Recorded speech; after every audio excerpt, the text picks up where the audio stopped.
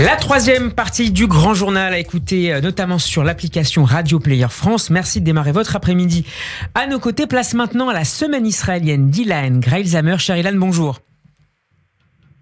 Bonjour Steve. Et merci d'être avec nous. Vous êtes professeur de sciences politiques à l'université Bar-Ilan de Tel Aviv. Aujourd'hui, Ilan, les musulmans fêtent l'Aïd al-Fitr, commémorant la fin du jeûne du Ramadan. On a évoqué tout à l'heure la situation sur le mont du Temple ce matin. Quel bilan sur le plan sécuritaire tirez-vous de cette période qui a été marquée en Israël par le retour des attentats ? Alors d'abord, il faut dire que chaque année, la période du Ramadan est une période difficile sur le plan de la sécurité. Cette année tout particulièrement, puisque c'est tombé en même temps que Pessah et que la Pâque chrétienne. Et chaque année, la police, l'armée sont sur les dents. C'est une période de grande excitation chez les jeunes Arabes, en particulier à Jérusalem. Et évidemment, le facteur qui aggrave les choses, c'est le Hamas de Gaza, qui essaye tout le temps de faire le lien entre la bande de Gaza et Jérusalem. Donc, ça a été une période difficile. Je dirais qu'Israël souffle maintenant un peu du fait que le Ramadan se termine. Il y a eu des attentats meurtriers. Il y a eu quand même 16 Israéliens qui ont été tués au cours de cette période. Et en particulier un grand attentat, disons, spectaculaire à Tel Aviv, au cœur de Tel Aviv, à Dizengoff.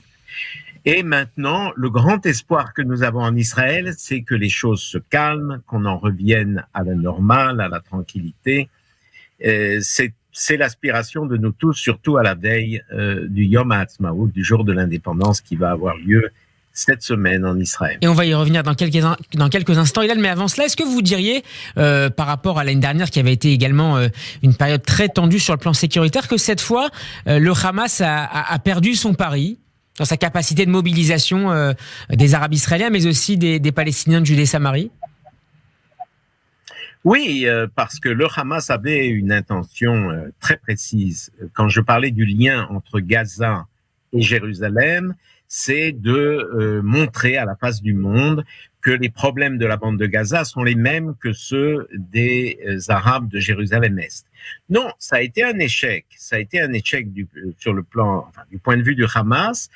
Notons en particulier que Israël, intelligemment, a un peu sécurisé la porte de Damas. La porte de Damas, la porte de la vieille ville, est toujours un endroit très problématique. Or, Israël a eu l'intelligence de laisser mettre des stands, une atmosphère festive, ce qui fait qu'il y a eu quelques manifestations près de la porte de Damas, mais rien de très grave. Donc, au total, je pense qu'on peut mettre une bonne note au service de sécurité israélien à la fin de ce Ramadan. C'est vrai, il y a eu des morts, il y a eu des attentats, mais dans l'ensemble, Israël a bien réagi face à la violence du côté d'en face. Mais on peut quand même considérer, Ilan Greilzamer, que de manière presque structurelle, cette tension reviendra forcément l'année prochaine, à peu près à la même période ? Oui, je pense qu'il n'y a rien qu'il n'est pas possible d'éviter le retour de la même situation. Le Ramadan est une période clé. C'est la période où El-Aqsa, la mosquée, est au centre même de la vie spirituelle et religieuse des musulmans. Or, cette accusation qu'on fait à Israël de vouloir détruire El-Aqsa, de vouloir diviser El-Aqsa, de vouloir ramener le troisième temple à la place d'El-Aqsa, je vous ferai remarquer que c'est une très ancienne accusation. Déjà, en 1929, quand le Mufti Al-Husseini essayait de mobiliser ses troupes, c'était sur ce thème.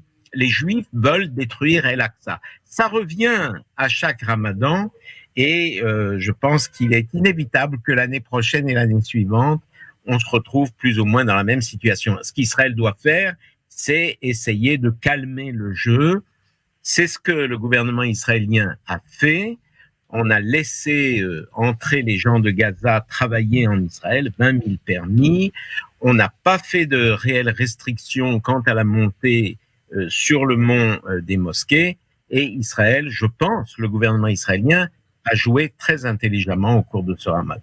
Et dans cette perspective, quel rôle peuvent jouer les puissances voisines, et notamment le royaume de Jordanie?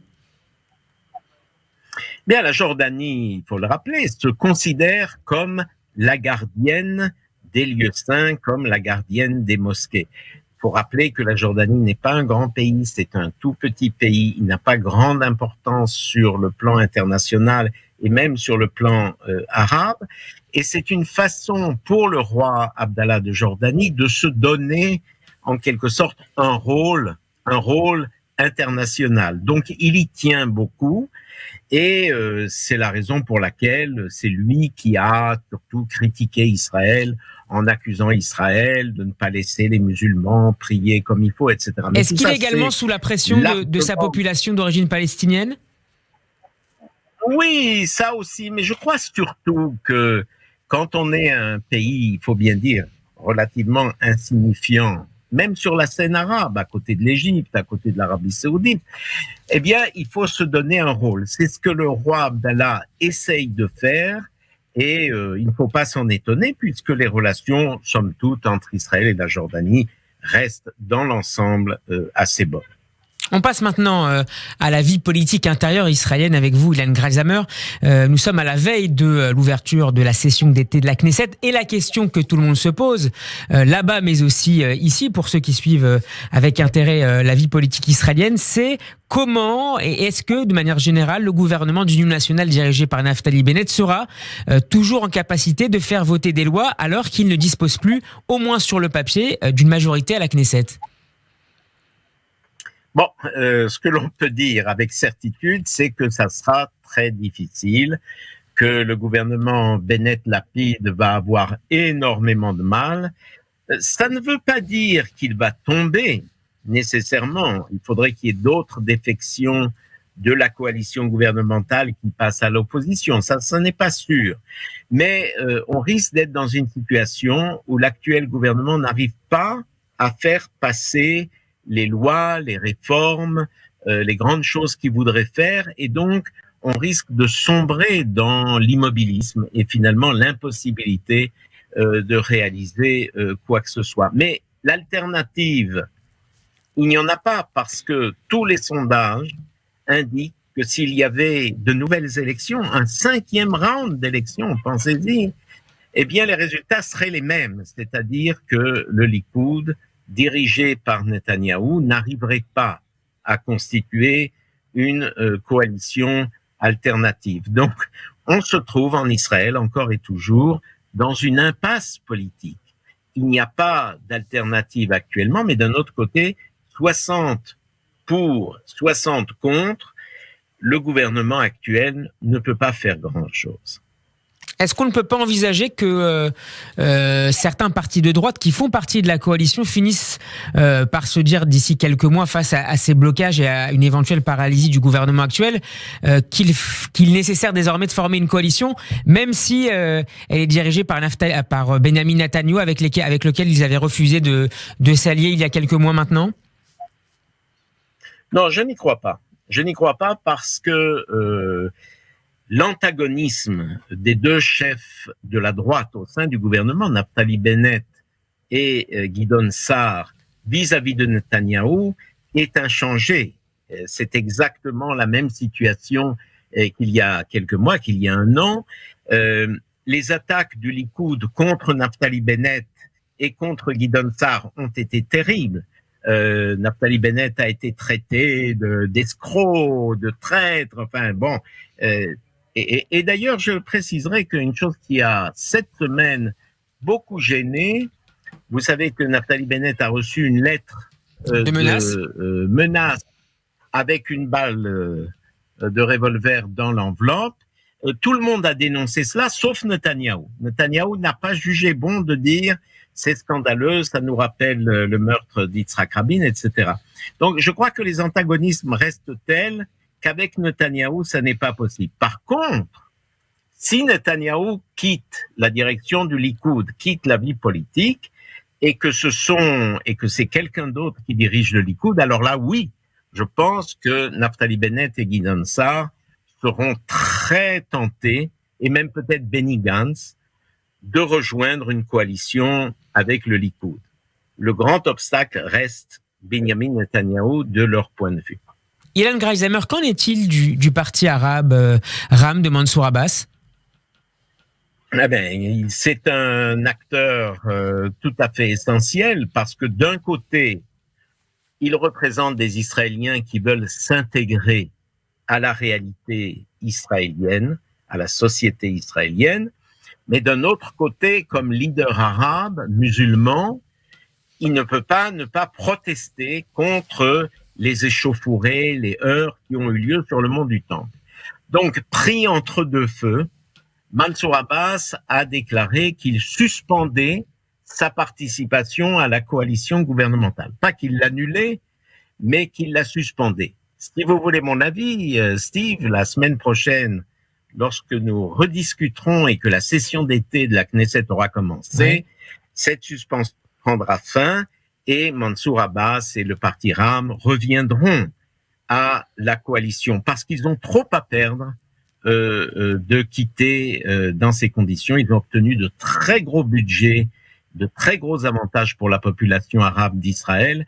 Ce n'est sûrement pas le moment que Mansour Abbas va choisir pour, je ne sais pas, faire une alliance avec Netanyahou ou quelque chose comme ça. Alors, le rendez-vous est pris, Ilan Greisamer. On verra comment ça évolue d'ici à la semaine prochaine. Absolument. En attendant, autre sujet important dans cette semaine israélienne, la grande réforme du baccalauréat qu'a lancée la ministre de l'Éducation, Shasha Bitton, et une réforme qui fait beaucoup de bruit en Israël, qui fait beaucoup parler d'elle. Absolument. Et alors, en Israël, je ne sais pas du tout comment c'est en France, mais chaque ministre de l'Éducation nationale pense qu'il doit apporter sa pierre et laisser... C'est pareil en France, Ilan. un souvenir inoubliable. Alors là, c'est une grande réforme qui, évidemment, suscite les guerres habituelles entre les pour et les contre. Au fond, l'idée, c'est que les sciences humaines, c'est l'histoire, la philosophie, la littérature, le Tanakh, eh bien, on ne leur fera plus d'examen dans le cadre du baccalauréat. Les élèves devront préparer des travaux, comme des travaux de séminaire, des travaux de classe, à 1, 2 ou 3. Et donc, on remplace les examens par des travaux. Bon, beaucoup de gens disent, oui, mais pour faire des travaux, il faudrait que l'élève d'abord apprennent quelque chose, ça semble assez logique, quelque chose dans la tête. Oui, ça semble assez logique. D'un autre côté, tout change actuellement. Avec le digital, les élèves ne sont plus les mêmes élèves qu'il y a quelques années. C'est vrai que la participation, le travail, la recherche de sources a aussi son importance. Et c'est de ça qu'Israël parlait avec beaucoup d'émotion cette semaine. Est-ce que cette réforme va rendre les gens plus cultivés ou plus incultes que ce qu'ils sont actuellement? Ilan Greisamer, on ne peut pas se quitter sans en dire un mot. Les commémorations se poursuivent cette semaine en Israël après Yom HaShoah la semaine dernière. Ce sont Yom HaZikaron et Yom HaAtzmaut qui se profilent, des moments qui sont particulièrement respectés et suivis par la population israélienne. Absolument. Ce sont 2 jours tout à fait fondamentaux. D'abord, le jour de commémoration des soldats morts dans les guerres et face à l'ennemi. Et il y a malheureusement un très grand nombre de familles israéliennes qui ont l'un de leurs membres, un père, un frère, un fils, mort à la guerre. Et c'est quelque chose que nous ressentons tous très profondément. Mais sans qu'il y ait véritablement d'interruption, on passe de la tristesse à la joie. Mercredi soir, c'est le début de Yom HaAtzmaut, du jour de l'indépendance. Et les fameux barbecues. Que chaque Israélien... Voilà, alors bon, certains d'entre nous, moi en particulier, j'aurais aimé qu'il y ait des choses un peu plus relevées, disons, pour commémorer le sionisme et l'indépendance, mais les Israéliens adorent les barbecues. Ils seront donc dans la fumée de leur grill dans la journée de jeudi. Ah, et je crois néanmoins qu'il y a un grand concours qui est organisé dans la matinée. Voilà. Non, mais attendez, il y a surtout le prix d'Israël qui est donné dans l'après-midi. Et ça, c'est une grande fierté parce que ce prix d'Israël est donné à des Israéliens qui ont fait des choses tout à fait remarquables. Vous nous rassurez, Ilan, il n'y a pas que les chichliks et les shawarma dans la vie des Israéliens, mais nous n'en doutions pas. Merci beaucoup, Ilan Gralzamer. Votre semaine politique est à retrouver en podcast sur radioj.fr. Bonne semaine à vous, notamment pour jeudi, et à la semaine prochaine. Chodesh Tov.